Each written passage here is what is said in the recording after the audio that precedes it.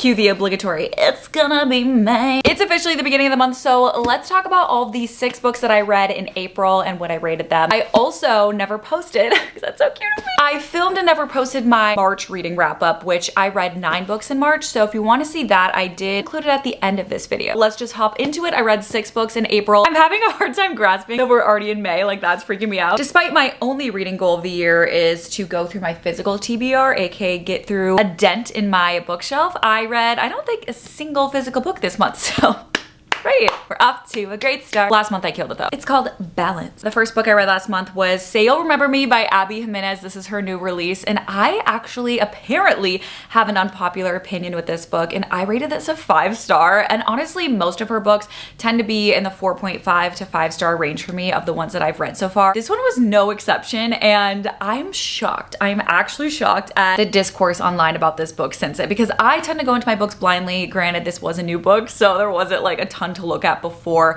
I read the book, but I like to form my own opinions when I'm reading my book, see how I feel reading it, and then I like to look up videos and reviews after I finish a book just to see if I'm on par with everyone else, if they had other theories, like just depending on the book. I loved it, and then I looked online and I was like, oh, okay. I did not expect that, but I'm so curious if you've read this book, what your thoughts were. Do you agree with me? Did you not like it? Let me know in the comments. I just love this book because the characters felt so raw and real, and I actually got to interview Abby Jimenez after I read this book. And by the way, if you want to see that interview, we also made cupcakes in a separate video. I will put that down below. But I just love that her characters have so much more going on than just the romance. Like if I'm reading a romance, typically at this day and age, I need more going on. Like you need to feel like real people. You can't be so two-dimensional and like have this romance be the only thing going on in your life. Like I don't know, it's just not hitting for me anymore. And that's why Abby tends to be an auto-buy author for me, because all of her books feel so well thought out. Like the characters have so much more going on, are dealing with hardships and just things separate from the romance. Each character I feel like has such an individual arc. So I loved it, and I love their chemistry. I mean, he's a hot vet, like sign me up, you're saving animals. I'm sold, I'm sold. Okay, then I listened to The Wedding People, and I went into this completely blindly. I actually just saw the cover and I kept seeing people recommend it, but just looking at this cover, I was like, okay, I feel like this will be a good summer book, because I'm trying to read more summer books to recommend to you guys and give you fresh recs.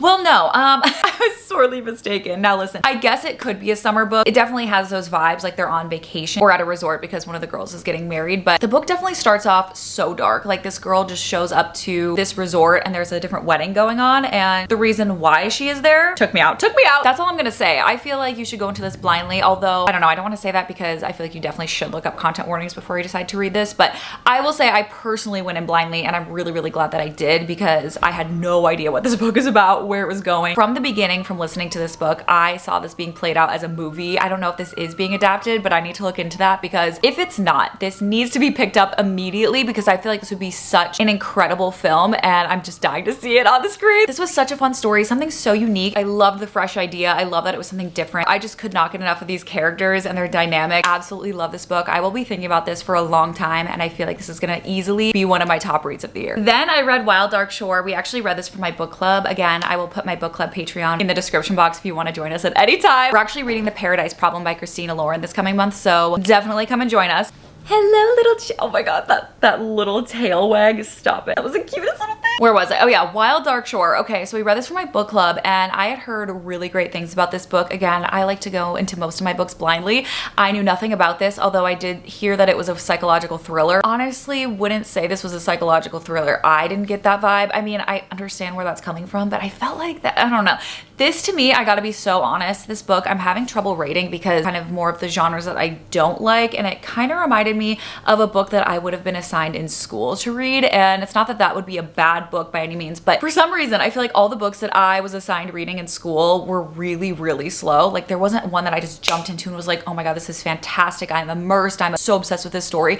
I felt like this one was really slow, and it reminded me of that. And then the ending, like it picks up, like there's this element of mystery just strung along through it that kept me going. And there were certain parts of this book that I found fascinating, like one of the kids has all these facts and the chapters, like the audiobook was really well done, so I really enjoyed the audiobook. book. I felt like the ending was definitely interesting and had a lot going on and, you know, solved this mystery that was going on. But is it a standout book? One that I will be thinking about for a long time? Absolutely not. Maybe a 3-star for this book. It was definitely interesting and one that I would recommend to specific people. I feel like if you're more into historical fiction and like lit fic, maybe you would like this book. Then I read Passion Project by London Sparrow, and I picked this book up because I had an audiobook of it, but I also had this book on my Kindle as well. So I was kind of bouncing between the two. This is a book about a girl who moves to New York City. She lives with a girl that she's just not really connecting with anymore, but she's just depressed. She's been going through some really hard things and it's just kind of lost her spark and passion for anything. She just feels like she has no hobbies or like thing that she's passionate about. But she meets this guy, Henry, and he's like, let's pick something every single Saturday and just try something new. So they do all these fun things and it's in New York City, which I feel like is really fun. Honestly, any book set here, I'm just so excited about. This was just a fun, light rom-com. I mean, it wasn't totally light. There was definitely some darker themes in this as well. But this was pretty average for me. I definitely would recommend it to specific people. I feel like it's just like a fun, okay book. It didn't stand out to me. It's not gonna be, again, one that I'm gonna be thinking about a ton. But you guys, I've never read a book that has so many synchronicities to my life. It was actually freaking me out and just things that didn't even really necessarily matter. I deal with anxiety, especially social anxiety and certain panic attacks sometimes. And I was having one when I decided to, I don't know why. I was like, you know what? I'm gonna put on an audiobook while I'm kind of feeling these feelings just to distract myself, I guess. And I was like, I'm gonna start this new audiobook. So I start this book. And this book starts off with a girl having a panic attack in the bathroom where I was having a panic attack in the bathroom. So started off with an absolute banger and then it just continued. Anyway, that was weird. That's never happened to me before, but aside from that, it was fun. Then I read one of my most anticipated reads, which is Wild and Wrangled. She actually sent me this book a couple days before it came out and I was actually screaming, kicking my feet because I had just finished, what was the one before it? Lost and Lassoed, just itching and dying. I was like, I cannot wait for April 15th so that I can read this book. And I got it, I think like the weekend before, and I was just so excited. I just dove headfirst into this book and finished it within like a couple days, which the other books, I finished all of them in one day. So I devoured this entire series. There's 4 books. This is the 4th and final book. This series in general has my heart. If you liked Chestnut Springs by Elsie Silver, then you are really gonna like this series. I loved this couple. I don't even want to say who it is, but this one I will say had one of my favorite tropes and just things in books, which is past and present, and where they're kind of like childhood, not really childhood, but high school friends to lovers. They had letters. He wrote her letters and I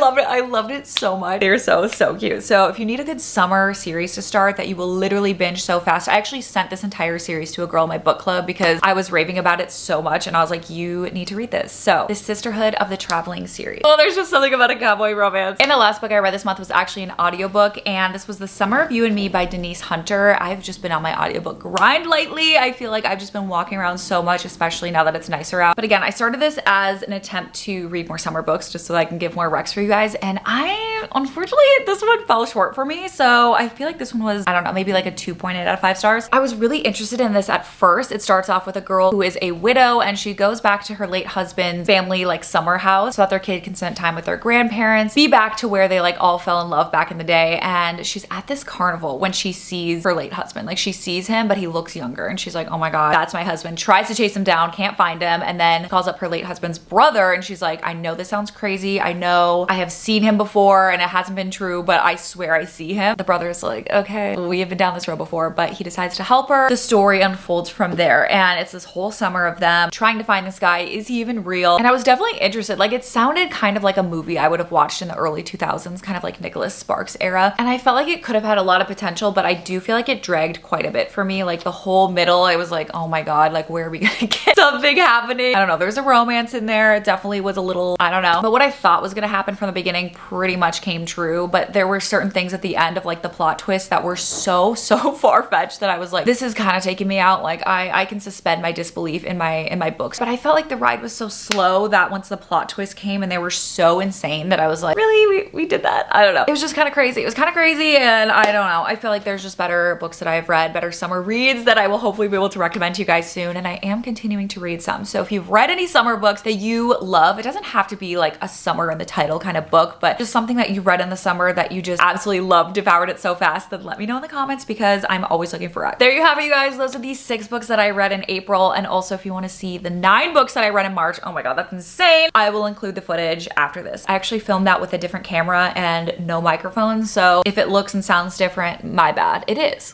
But without further ado, here are my March reads. The first book I read last month was Onyx Storm. I know it took me forever to read this, but I feel like it was just so daunting for me to have gone so long without reading this world to be jumped back into it. Like, I started reading this and I was immediately so confused, and I was like, you know what?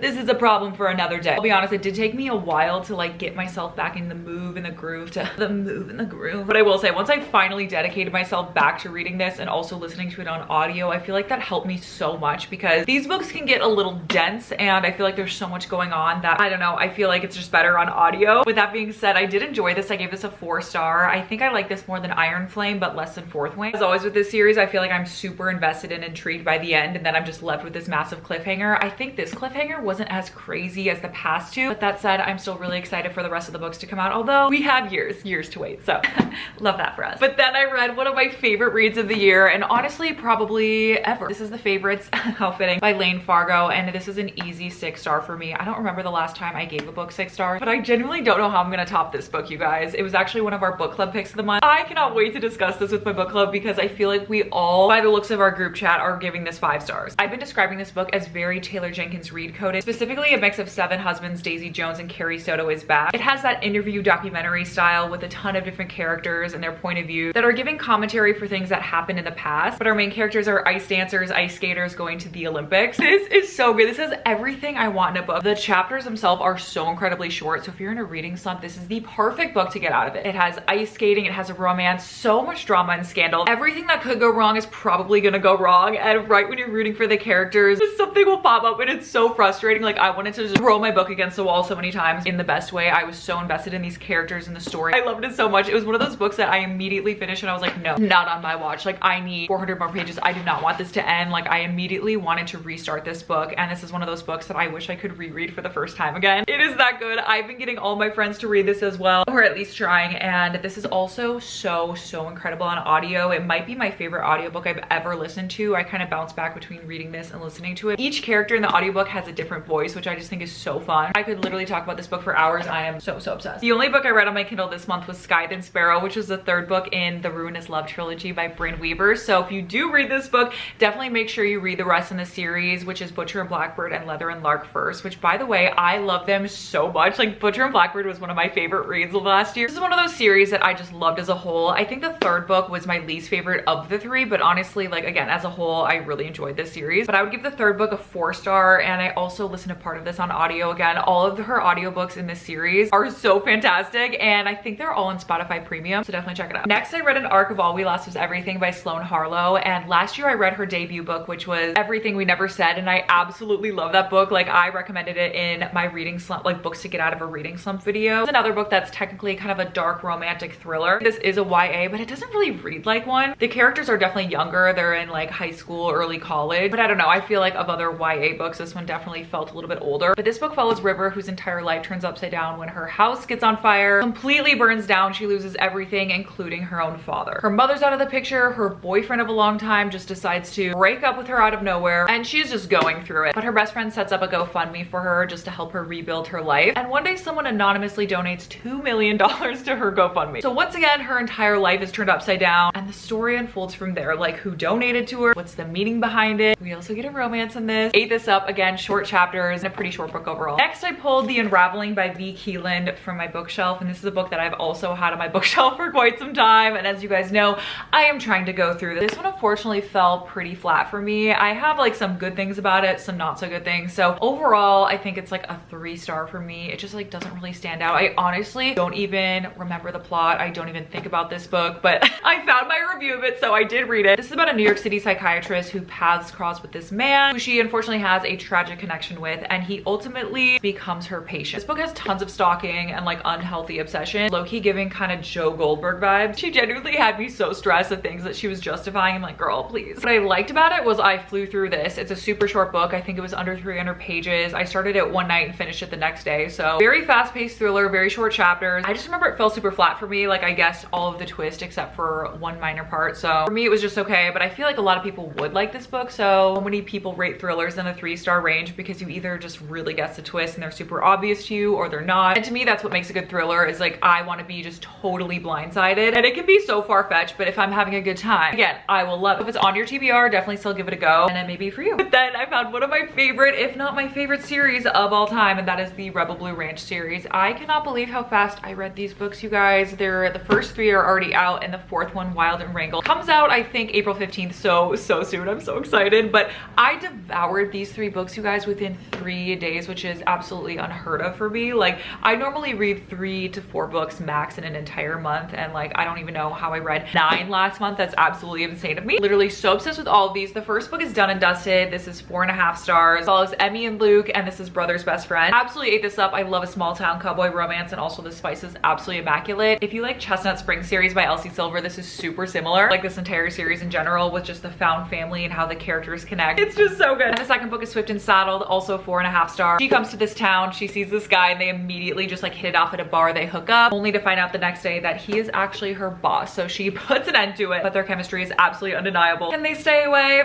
That's for you to find out. Black Hat City Girl, small town golden retriever boy. What more could you want? But then we have Lost and Lassoed, which is a 5-star for me. And I love when a series just gets better and better. These characters were introduced in the first book, and within the first few pages of them and their banter, I was like, oh my god, I hope we get their book next. And let me tell you, it is so worth the wait. This is so Willa and Cade coded. Literally them down to the red hair, the exact trope. She's the temporary live-in nanny for Gus, grumpy single dad. She's a Spitfire, but we do get the added layer of best friend's brother. It's so good. I am so obsessed. This is so enemies to lovers. Like, their banter is incredible throughout the entire series. Cannot recommend this series enough. I'm so excited for the 4th book, Wild and Wrangled. It's gonna be so good. And the last book I read this month was This Used to Be Us by Renee Carlino. I had been anticipating a new Renee Carlino book for so long. I felt like she hadn't come out with a book in forever, and she's one of my favorite authors. I absolutely loved Before We Were Strangers, Swear on This Life. On my TBR forever. I don't know why I kept putting it off. I was like, probably subconsciously knew that she would emotionally destroy me, and she absolutely did. Yeah, I wasn't ready. I was not ready, but I gave this 4.25 stars. I did not know that I would be absolutely unwell and sobbing by the end of this. I normally do, but like in a good way, where I'm like, oh, I just want to hug this book. I love the characters, what they went through. Another author where I feel like all of her characters feel so real, and you're almost experiencing these things with the characters. This book is about a couple who, it starts off where they're in the process of getting a divorce. They divorce, and they're now trying to deal with co-parenting for the first time, living separately, also navigating dating. They just felt so real, and I just love how they communicated with each other and were just trying to be the best parents they could. So raw and emotional. I was at like the 80% mark one day, and I was just so giddy, kicking my feet. I'm excited to read every day, and I can't wait to get into bed and read more. Let's just say on the last night I was having that feeling, and I crawled into bed so excited to read the rest of this, and then I was like, holy shit, what is happening? And listen, I don't want to spoil anything, so I'm not going to, but I